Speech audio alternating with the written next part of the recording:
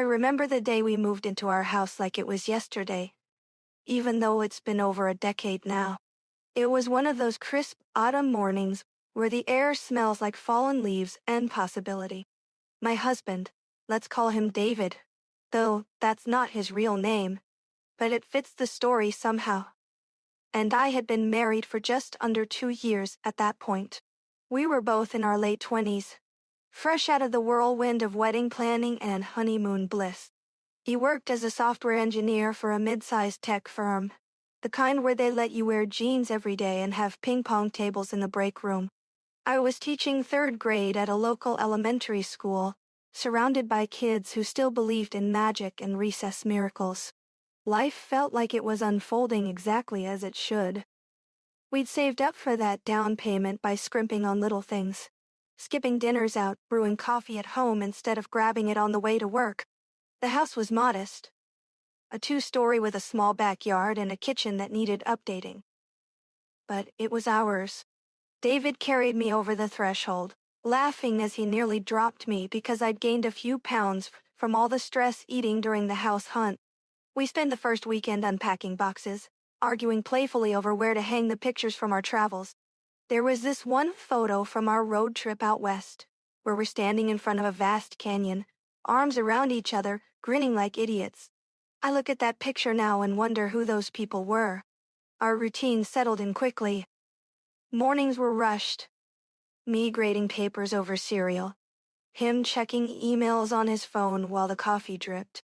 Evenings were for unwinding, cooking simple meals like pasta with sauce from a jar, watching shows on the couch, his arm draped over my shoulders. Sex was regular, comfortable. The kind that comes from knowing each other's bodies without the fireworks of the early days.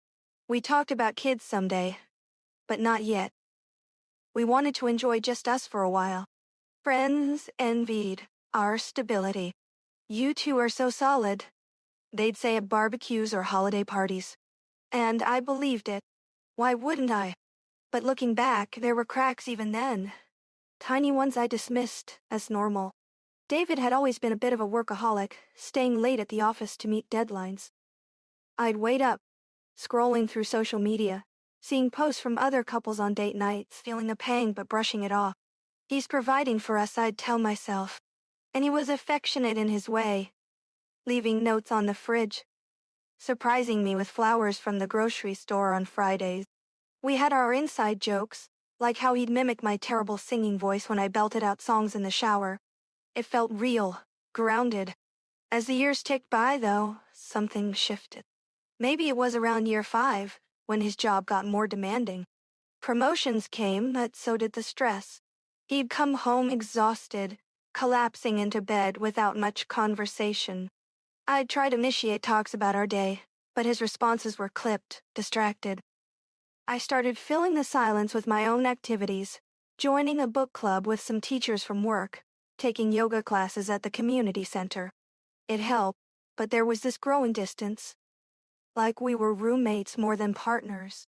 I confided in my best friend over coffee one afternoon, admitting I felt lonely even when he was in the room. "Marriages go through phases," she said, squeezing my hand. "It'll pass." I tried to spice things up, planned a weekend getaway to a cabin in the woods, where we hiked trails and cooked over a fire pit. For those 2 days, it was like old times. Laughing, touching, reconnecting.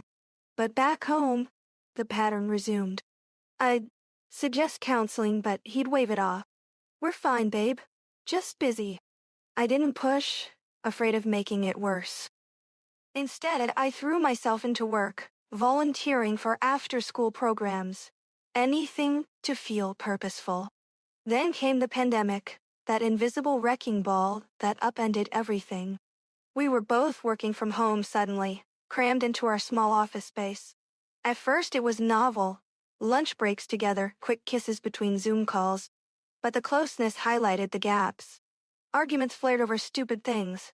Who forgot to unload the dishwasher? Why the laundry piled up? David's temper shortened. He'd snap about my clutter of books and papers everywhere. I retreated into myself, journaling late at night about my frustrations. my unspoken fears that we'd grown apart.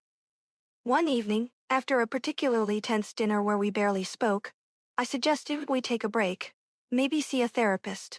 He looked at me, really looked, for the first time in months. If that's what you need, he said quietly.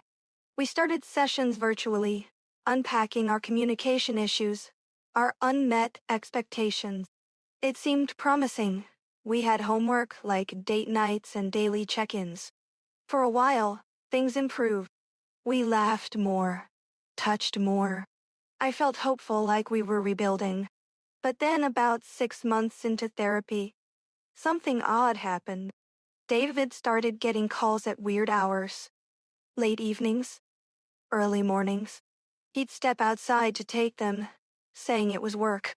I trusted him, but curiosity nagged. One night while he was in the shower, his phone buzzed on the nightstand. I glanced at it, not intending to snoop. But the message preview caught my eye. Can't wait to see you tomorrow. Miss you already. My heart dropped. It was from a number not saved in his contacts. When he came out, towel around his waist, I confronted him calmly. Who's this? I asked, holding up the phone. He froze, then sighed.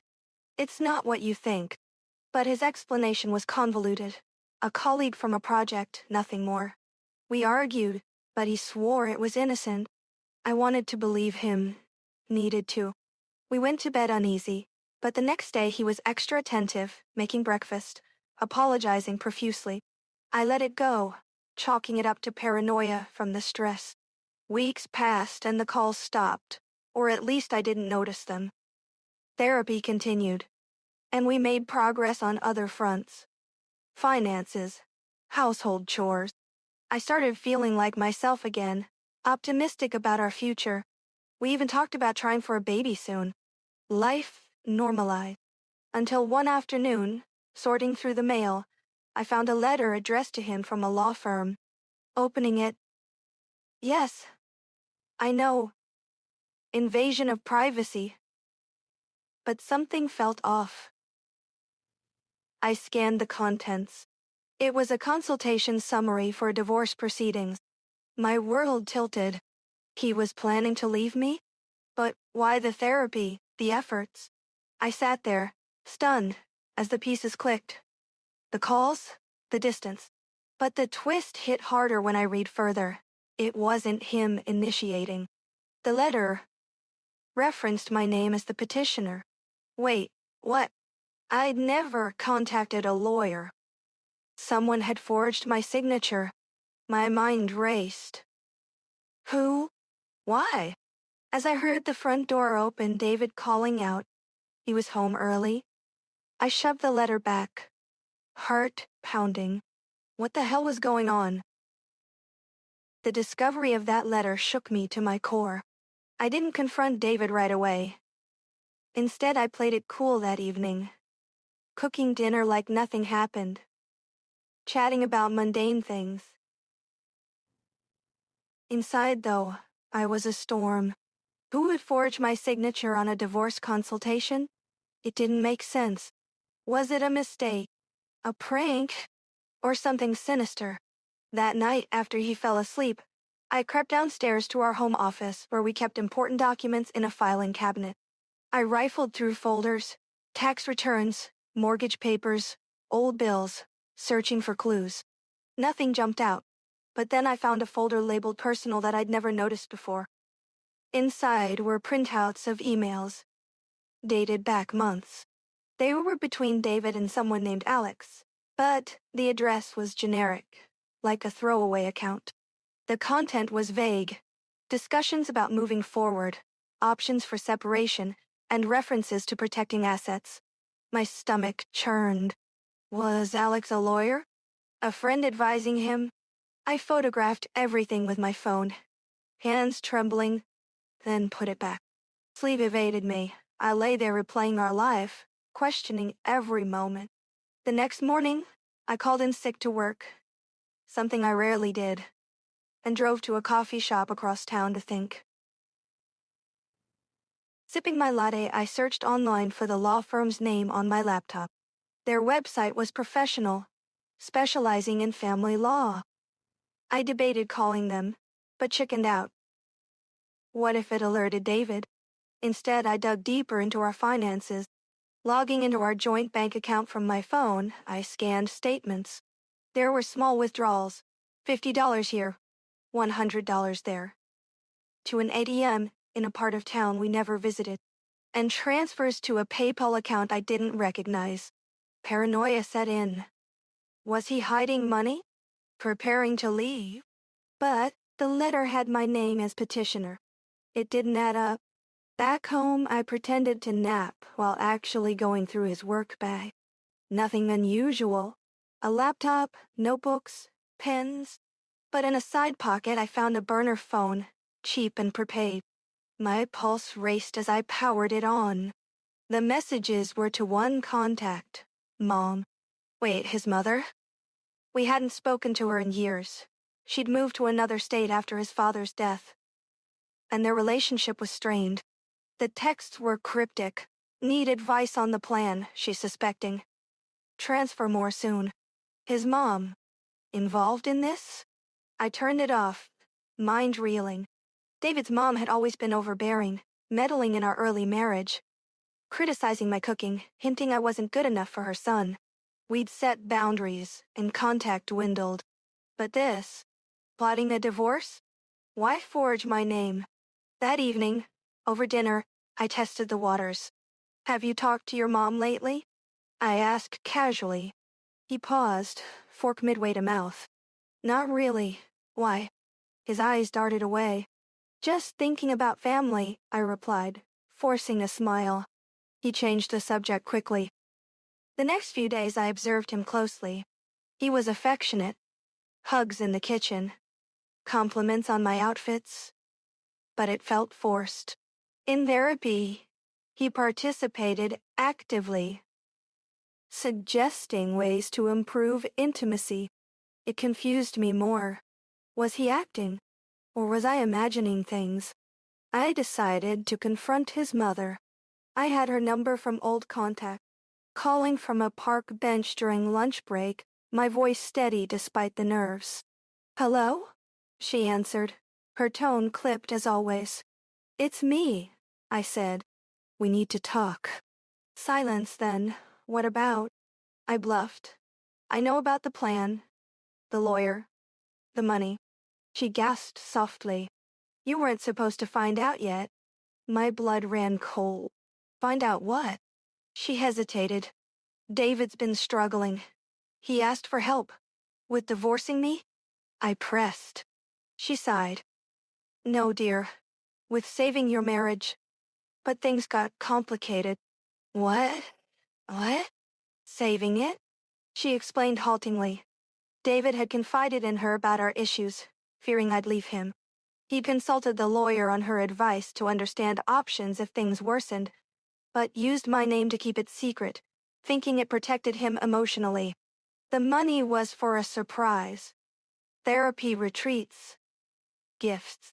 But she'd advised against it, saying it was manipulative. The burner was for private talks, away from me. I hung up, dazed. It wasn't betrayal. It was insecurity. But forging my name, that was crossing lines. Driving home, relief mixed with anger. We'd talk tonight, clear the air. But when I got home, David was packing a suitcase. What's this? I asked, heart sinking. He looked up, tears in eyes. I can't do this anymore. I love you, but I'm broken. Therapy isn't enough. Broken? What did that mean? He confessed. Years ago, before we met, he'd been diagnosed with depression, medicated secretly. Lately, it worsened. The calls were to a therapist, not an affair. The letter? He panicked, consulted the lawyer himself, but the firm mixed up names in the draft. His mom's involvement was her trying to help, but he'd shut her out recently. The twist gutted me. All this time, I'd suspected infidelity or malice, but it was his hidden mental health struggle. He'd been suffering alone, ashamed. As he zipped the bag, saying he needed space to get better, I realized our marriage wasn't ending from lack of love, but from unspoken pain. But was space the answer, or the beginning of the end? The days after David left blurred into a haze of numbness and raw ache. He rented a small apartment across town, saying it was temporary, just until he could sort himself out. We agreed to pause therapy, give each other breathing room. I'd wake up in our bed alone, reaching for his side instinctively, only to find cold sheets. Mornings were the worst. Brewing coffee for one, eating toast in silence, the house echoing with absence. Work became my anchor. The kids' energy distracted me, their innocent questions about life pulling me from the abyss. I reflected a lot in those early weeks, journaling furiously. How had I missed the signs? David's occasional mood swings, the way he'd withdraw into long walks alone, blaming work stress. I'd attributed it to our marital drift, not something deeper. Guilt gnawed at me. Had I been too self-absorbed? Too focused on my own loneliness? Friends checked in, offering platitudes. Time heals, you're strong. But strength felt like a myth.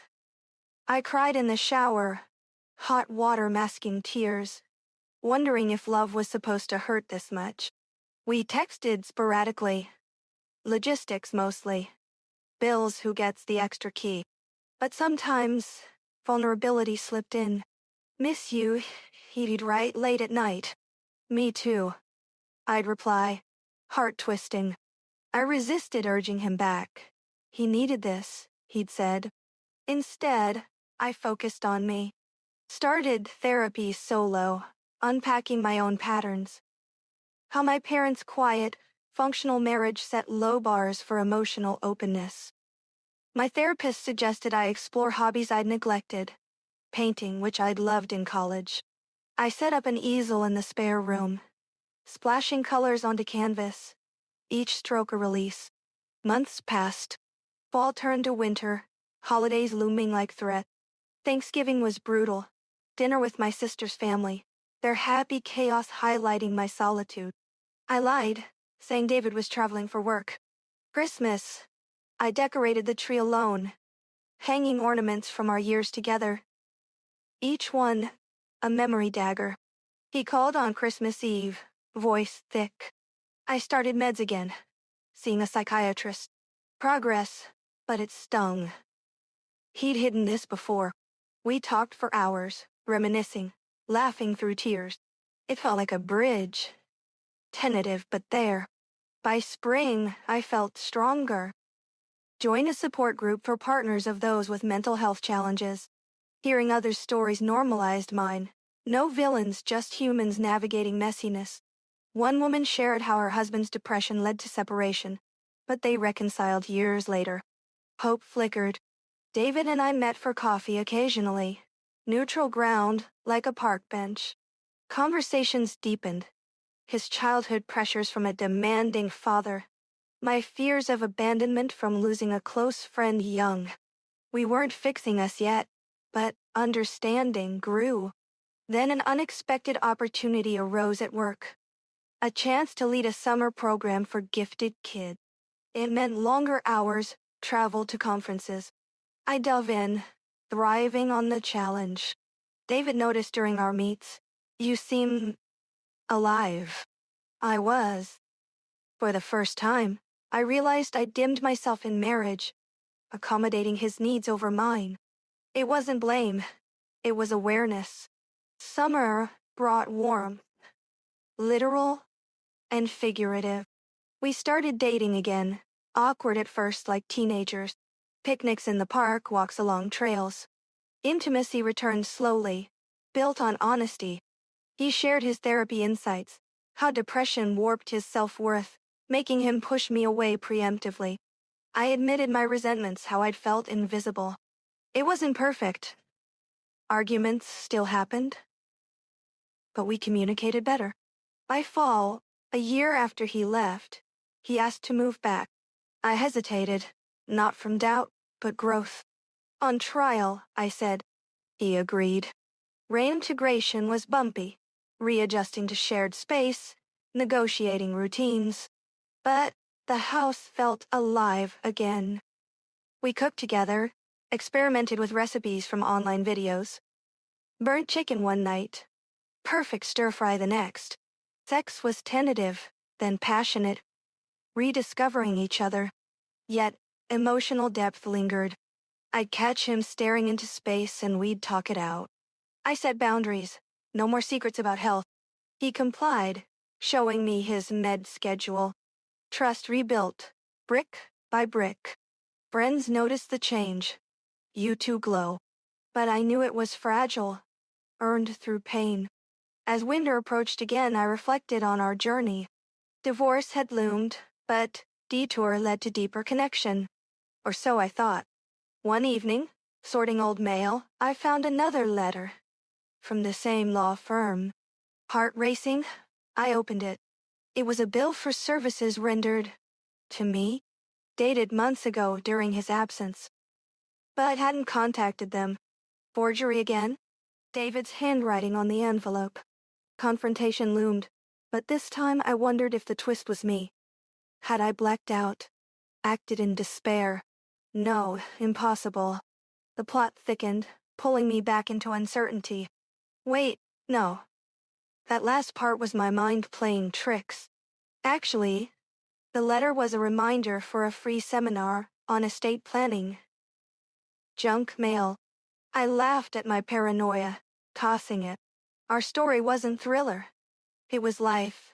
Messy, real, ongoing. We pressed on, committed to the work. With David back home, our days settled into a new rhythm, one laced with intention. Mornings now included shared meditation apps, 10 minutes of breathing exercises before coffee. His idea to manage stress. It felt cheesy at first, but it grounded us. Work for both remained demanding. He tackled bigger projects. I advanced to curriculum development. Evenings were sacred, no screens after 8. Just talking or reading side by side on the couch.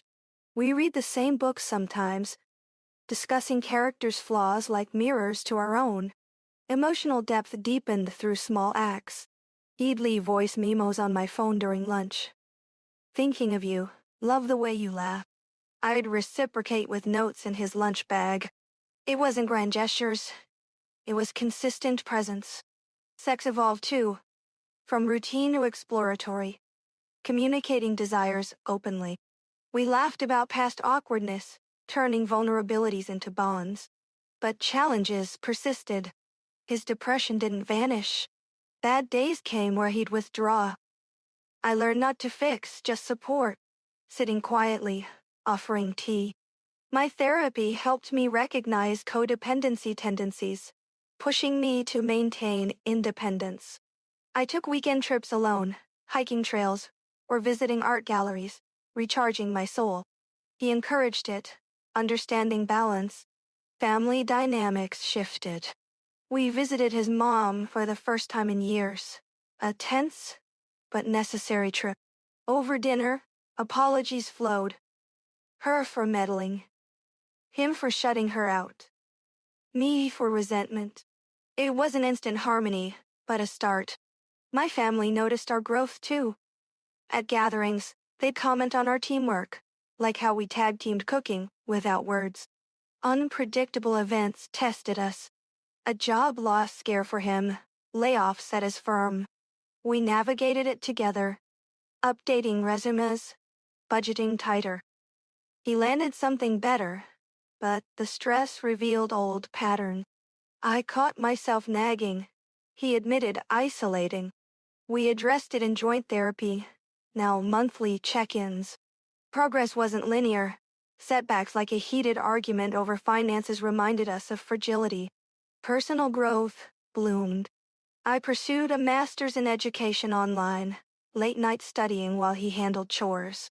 He joined a men's group for mental health, sharing experiences. We dreamed again. Travel plans, maybe kids in a couple years. But no rush.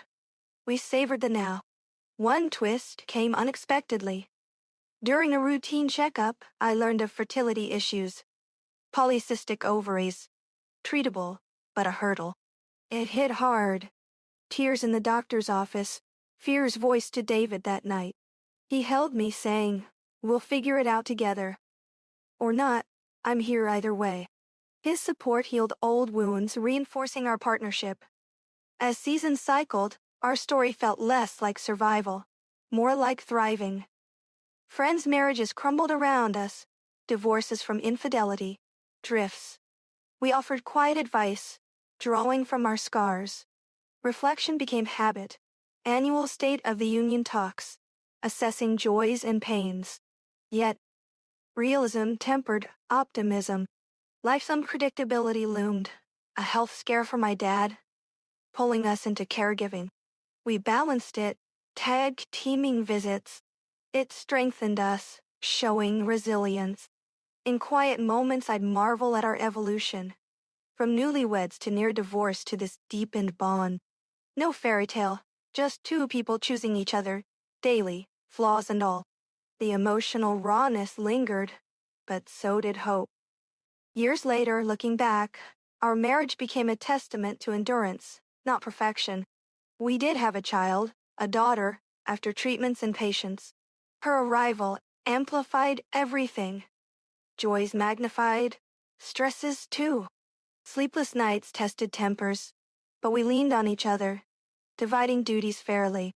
Watching David with her, reading bedtime stories, teaching her to ride a bike, melted lingering doubts. He was present, medicated when needed, open about his struggles. I advanced in my career, becoming a principal at a school, balancing work with family through careful planning. He switched to consulting, flexible hours allowing more home time. Our house evolved. Renovations, a playroom added. Daily life was ordinary magic. Family dinners with laughter. Weekend outings to parks or zoos. Emotional depth sustained us. Annual getaways, just us. Rekindled romance. We faced losses. A miscarriage before our daughter. His mom's passing, grieving together, emerging closer. Psychological nuances surfaced. My anxiety flares, his depressive episodes. We managed with tools, therapy, exercise, communication. Unpredictable events shaped us further. A move for my job promotion, adapting to new routine.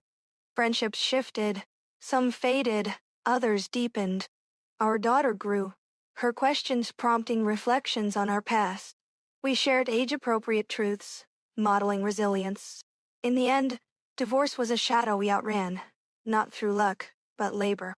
Our story, confessional and raw, reminds me love is active. A choice amid life's chaos. No cliches, just real, messy humanity.